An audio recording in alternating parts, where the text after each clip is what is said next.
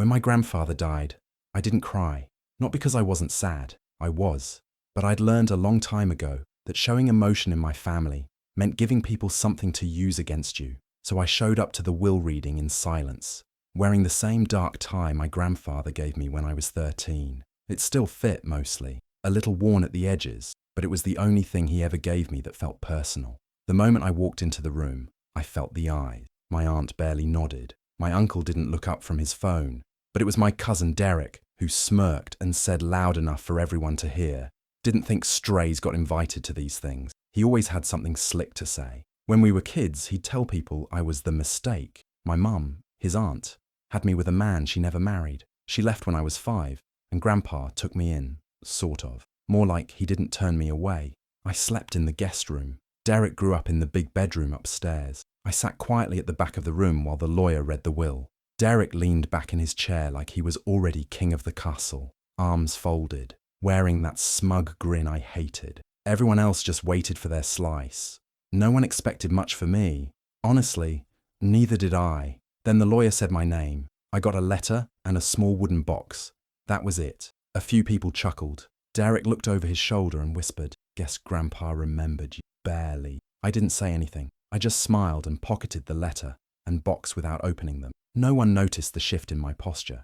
No one saw the way the lawyer looked at me just a second too long. No one thought to ask why I looked so calm, because while they were all waiting to divide up Grandpa's empire, I already owned half the land they were arguing about. They just didn't know it yet. I used to think silence was just part of being in this family, like the way my aunt always smiled without her eyes, or how my uncle never called me by name, just kid. Derek, though. Derek was loud. Derek got praise for tying his shoes. Derek got a standing ovation for passing high school gym. I was the one they let stay. After my mum left, Grandpa said I could stay with him for now. That now turned into years, but I never stopped feeling like a guest. Derek got birthday parties with bounce houses. I got a card left on the kitchen counter. At dinner, Derek would talk about soccer or school, and Grandpa would listen, really listen. If I tried to say something, he'd blink and nod like I was talking in static. Still, every once in a while, he'd say something strange, like the time I was helping him fix the fence, and he handed me the hammer without a word, just a slow nod. "You pay attention," he said, not looking at me. Most don't. He never said things like that to Derek. I didn't know if he was just being polite or if it meant something more. Derek, of course, thought he was untouchable. He strutted around like the house already had his name carved into it. Even before Grandpa passed, Derek was practically measuring the drapes. "When this place is mine," he'd say, just loud enough for me to hear, "I'll probably turn your room into a game room." I'd smile. That was the trick. Never let them see they hit a nerve, because they always wanted to hit a nerve. Grandpa never said I was his legal heir, never called me grandson, but he never corrected anyone when I called him Grandpa either. It was a weird in-between space. Blood didn't make Derek better than me, but in this family, it sure made him louder. At the will reading, when I got the letter and the box, Derek had laughed under his breath. "That's about right. Kid gets a souvenir. I get the legacy." I didn't respond. Not yet. Because what none of them understood was that Grandpa had 2 faces, one for show and one that watched everything in silence. Derek only ever saw the version of him that handed out praise like candy. I saw the one who sat up late with his ledgers, who double-checked every number, who asked quiet questions and made mental notes. They thought they knew him, but they didn't, and soon they were going to find out that the man they worshipped had plans that none of them saw coming. The lawyer cleared his throat and started reading the will. The room went still. Everyone sat straighter. Well, everyone except Derek, who looked like he was posing for a magazine cover, fingers laced behind his head, leaning back like the empire was already his. It mostly was. Grandpa left Derek the house, the cars, the family business shares. My aunt and uncle got their usual pieces. A few minor assets were split among the others. Then came my name. To my grandson, by choice, not by blood, I leave something different. The lawyer paused, looked at me, then slid a sealed envelope and a small, old-fashioned wooden box across the table. The envelope had my name written in Grandpa's sharp, slanted handwriting. I didn't open it yet. I waited. A few chuckles broke out. My aunt whispered something about a sentimental gesture.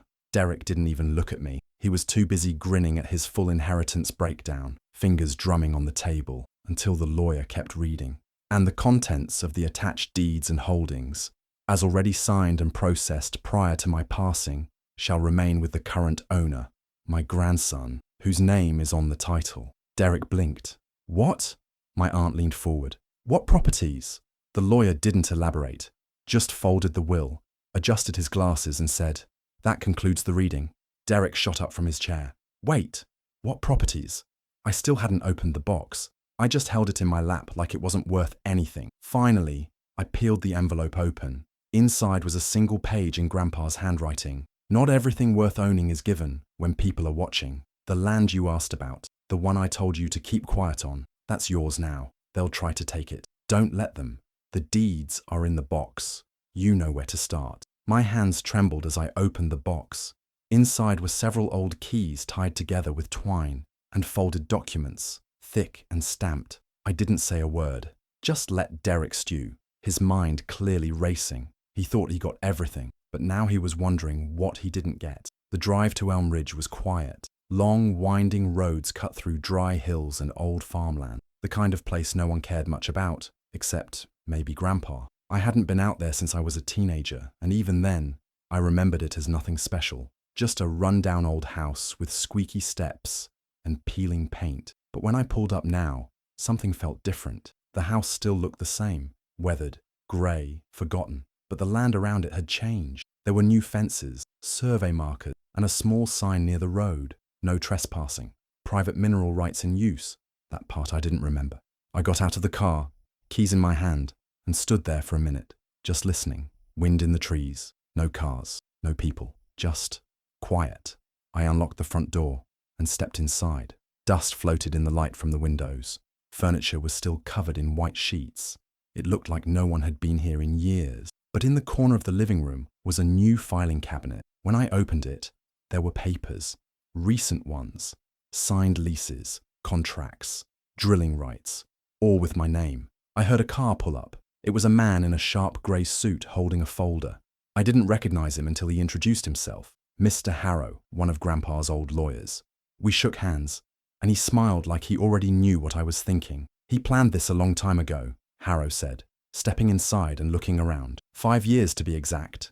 That's when he signed the transfer. I opened the folder he handed me. More documents, official, clean. The land had been quietly moved to me years before anyone thought about a will. Why? I asked. He shrugged. Because he didn't trust the others. He saw what they were. Greedy, short-sighted. He said you paid attention when no one else did. That you actually listened. I glanced out the window, toward the land stretching out behind the house. I noticed the drill rigs in the distance now. Small, quiet, but working. And suddenly it clicked. This wasn't just land. It was money. A lot of it. Derek didn't know. None of them did. They thought this was some old, forgotten dump. But Grandpa saw the future, and he'd handed it to me before they even knew there was a game being played. He knew they'd betray you, Harrow said softly, watching me. So he made sure you'd never need anything from them. And just like that, I realized I wasn't the forgotten one. I was the one holding the real legacy. I spent the next few days buried in papers. Deeds, contracts, bank statements, every single document tied back to one thing. Grandpa had been building something in my name for years. Quietly, legally, carefully. It started small, a few plots of land here and there, mostly cheap farmland, places no one in the family cared about, but each one had my name on it, not his. He'd set up a trust, funneled purchases through it, then let it all sit until the right time. That time was now. I remembered the talks we used to have on the porch. Back then, I thought he was just rambling. He'd ask me things like, do you know what mineral rights are? Or, ever wonder why old land stays untouched for so long? I'd nod, half listening, thinking he was just killing time. But now I knew. He'd been planting seeds. One night he'd even said, it's not always about who you're born to, it's about who you build with. At the time I thought it was just one of his old man's sayings. Turns out, it was a warning, a hint. Derek got the house, the money, the business, but all of it came with problems, debts, outdated assets, board members who hated him. He was so focused on getting everything that he didn't look close. His inheritance was big, flashy, and shallow. Mine wasn't loud, but it was deep. While he was throwing parties and celebrating his victory, I was getting everything lined up. Contracts ready, ownership confirmed, mineral rights legally filed and updated. And when I was done, I had a thick file of papers ready to go. Undeniable proof that I owned land worth more than anything they'd left Derek. I didn't want to just gloat. I wanted the perfect moment, something public, something they couldn't laugh off. So I waited. I got the invitation 2 days later, a family estate dinner hosted by Derek, probably his way of showing off. I smiled. Perfect. Because revenge, I'd learned, isn't loud. It's precise. And at that dinner, I was going to show them exactly what Grandpa had really left behind and who he'd trusted with it. The family estate dinner was exactly what I expected. Fancy dishes, fake smiles, and Derek playing king. The house was glowing, lights in every window like he was announcing to the world that he'd won. Expensive wine, catered food, even some local press hanging around the edges, snapping photos and pretending not to listen. Derek stood near the fireplace, wearing some overpriced suit, talking too loud and shaking hands like a politician. When he saw me walk in, his grin tightened. Well, he said, raising a glass. Didn't think the +1 made the guest list. I ignored the jab. Nice turnout. He stepped closer, clinking his glass to mine. Hope you're not still sore about the will. Grandpa just did what made sense. I took a sip and looked around the room. You've really fixed the place up. Must be expensive keeping a place like this running. He waved it off. Nothing I can't handle. I smiled. That's good. Elm Ridge is getting pricier too, now that the oil rigs are active. He froze, just for a second, but I saw it. His smile twitched. What do you know about Elm Ridge? Quite a bit, I said. Turns out the land's worth a fortune now. Grandpa was smart to get in early. He lowered his glass. That property's been off the books for years. It wasn't part of the will.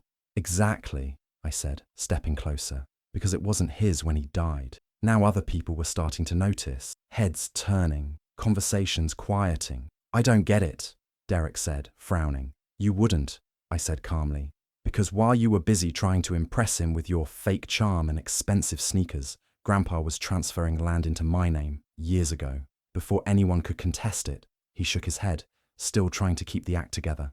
You're bluffing.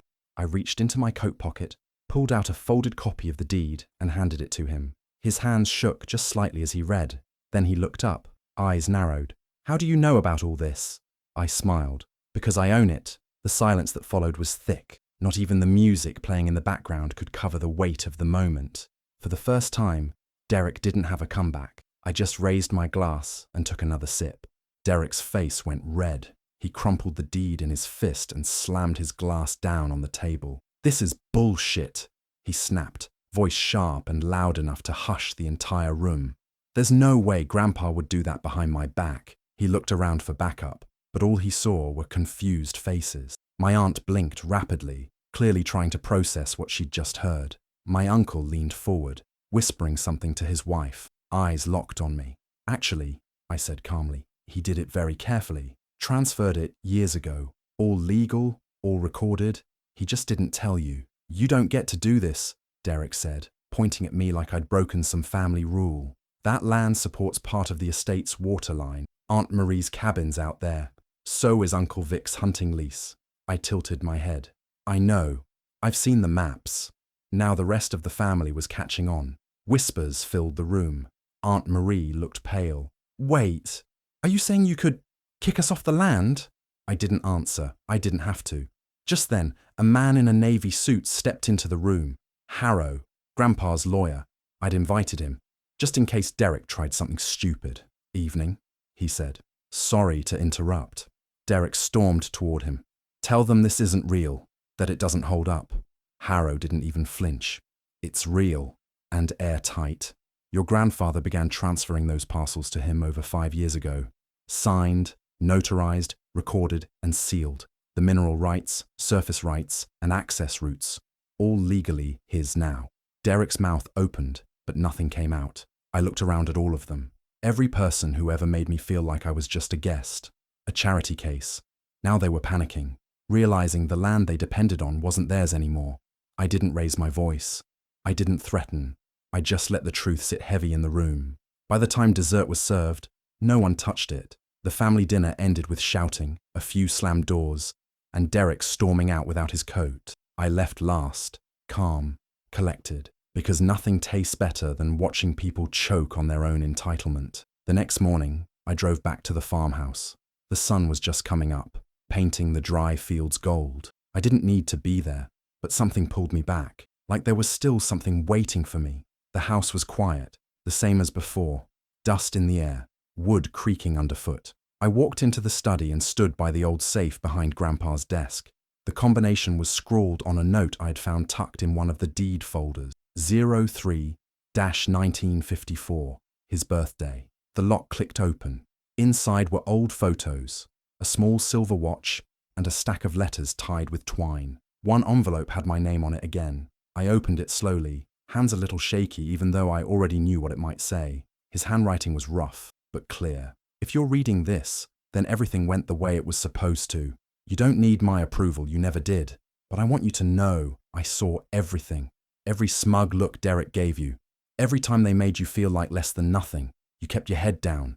You listened. You learned. That's why I picked you. I sat down as the rest of the letter unfolded in my lap. Derek lied to me once, years ago. Thought I didn't notice. Fudged numbers in the family business. Used company funds for personal trips.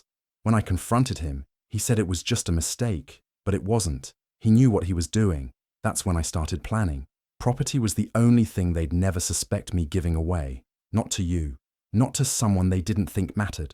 I saw your mother in you. Quiet, stubborn, sharper than people realized. You didn't beg for my love. That's how I knew you deserved it. Let them squirm. You're the only one I trusted. I folded the letter and leaned back in the chair. So it hadn't been a random act of kindness. It was justice. Grandpa had seen what was coming. He'd known what they were like and had built a plan around it, one they'd never even think to look for until it was too late. He didn't need a courtroom. He didn't want a fight. He wanted silence, control, the kind of revenge that didn't need yelling, just signatures and sealed envelopes. Now I had everything I needed, and they had no idea what else was still coming.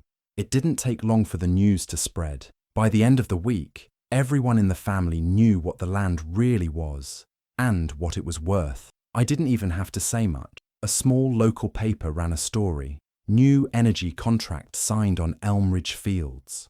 They didn't mention me by name, but it wasn't hard to figure out. The article listed the company, the drilling rights, the projected monthly income. 6 figures. Every month. And it was all mine. That's when the calls started. Derek tried first. Left 3 voicemails. The first was angry. The second was confused. The third was desperate. Just talk to me, he said. Maybe we can work something out. Maybe I overreacted. I didn't answer. Then came the others. An aunt I hadn't spoken to in 5 years invited me to lunch. An uncle offered to help me manage things. Even the cousin who once called me a charity case texted me a smiley face. Too late. They didn't want to reconnect. They wanted a slice. I stayed quiet, let them stew in their new reality. The truth was, I didn't just own land now. I owned something bigger. Control, reputation, legacy. For years they made me feel like I didn't belong.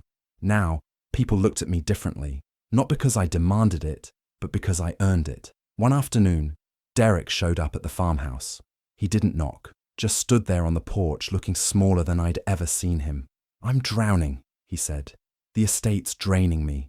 Taxes, repairs, the business. None of it's worth what it used to be. I thought I could handle it, but I was wrong. I stood in the doorway, hands in my pockets. What do you want? Help, he said quietly. I looked at him for a long time. Then I shook my head. No, he blinked. That's it. Yeah, I said. That's it. And I shut the door. Some people inherit money. Some steal power. I earned mine. And now, there wasn't a thing they could do about it. The estate was quiet when I walked through it. No lights, no music, no people pretending to like each other over fancy meals. Just dust in the air and old paintings on the walls, watching me like they remembered everything. Derek had finally given it up. Couldn't keep up with the taxes, the repairs, the pressure. The business went under first, then the house followed. Now it was mine. Not through a fight, not through a trick. Just time and truth, doing what they always do. I moved through each room slowly. The study where Grandpa used to sit with his coffee. The porch, where we talked about things I didn't understand back. Even the kitchen, where I'd eat in silence while the others laughed at private jokes I was never part of. I walked into the old sitting room. Derek was there, leaning on the fireplace, looking tired. His suit was wrinkled. He didn't speak at first, just stared at the floor. "You happy now?" he asked without looking at me. I took a breath. Number not happy, just done. He finally met my eyes. "You never acted like you wanted anything." "That's because I didn't want things," I said. "I wanted respect. You never gave me that." He scoffed. "So what now? You rub it in?" I stepped closer. "Number, I just let you see what you missed. You never saw me coming, Derek. You were too busy looking in mirrors." I left him standing there and went back to the study. Sat at the same desk Grandpa once used and pulled out the new deed. My name was at the top. Clean, bold, final. No arguments this time. No one could take it away. Later, I visited the old community center Grandpa used to donate to. Quietly handed over a check large enough to fix the roof, restock supplies, maybe even build something new. I didn't give them my name, didn't need the credit. That's not what this was about. This wasn't about revenge anymore. That part had passed. It was about building something with the chance I was given, something that would outlast the noise, the pettiness, the family games. They said I wasn't family enough. Fine. Now I was something better. I was the legacy.